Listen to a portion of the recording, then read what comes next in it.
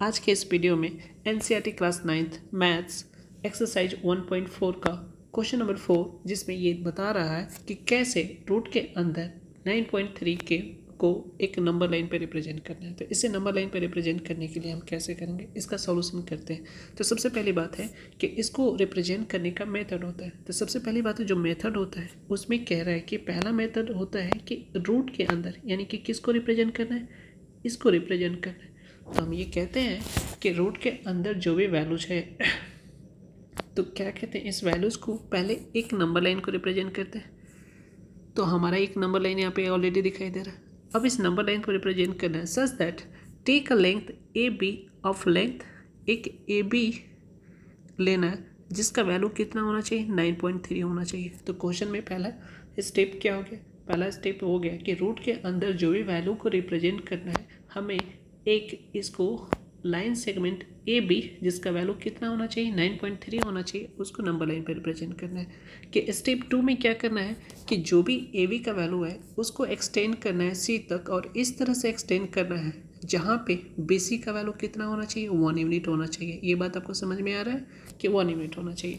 उसके बाद क्या करना है कि हमारे पास जो लाइन सेगमेंट कौन सा हो गया, अब जो लाइन सेगमेंट ए सी हो गया, इस लाइन सेगमेंट ए सी को हमें बाइसेक्ट कर देना है। तो बाइसेक्ट करने का मतलब क्या होता है कि हमारे पास कंपास होगा, तो कंपास से एक इधर मार्क करेंगे, एक इधर मार्क करेंगे, एक इधर मार्क करेंगे, एक इधर मार्क करेंगे, और इन दो मार्क को अगर हम ज्वाइन करेंगे ना कहीं एक पॉइंट आएगा यहाँ पे जिसको ओ कंसिडर करने।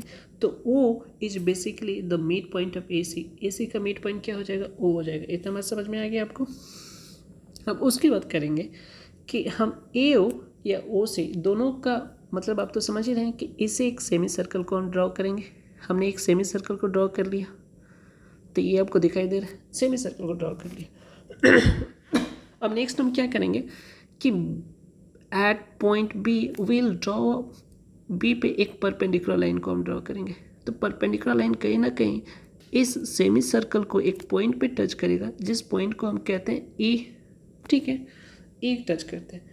अब उसके बाद हम क्या करेंगे कि अगर ये पॉइंट ए मिल गया तो यही जो वैल्यू होगा वो कहीं ना कहीं किसके बराबर होगा, रूट अंडर 9.3 के बराबर होगा। ठीक है, एग्जैक्टली।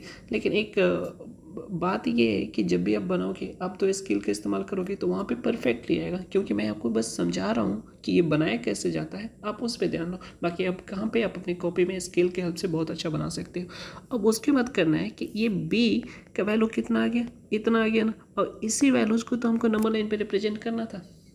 तो इस वैल्यू को रिप्रेजेंट करने के लिए बी को रेडियस मान के हम क्या करेंगे, एक और सेमी सर्कल या सर्कल हम ड्रॉ करेंगे, और जैसे ही ये ड्रॉ करेंगे वो कहीं ना कहीं इस नंबर लाइन को पॉइंट मान लो कि एफ पे इंटरसेक्ट करेगा, और यही पॉइंट एफ कहीं ना कहीं किसको रिप्रेजेंट करेगा, रूट अंडर 9.3।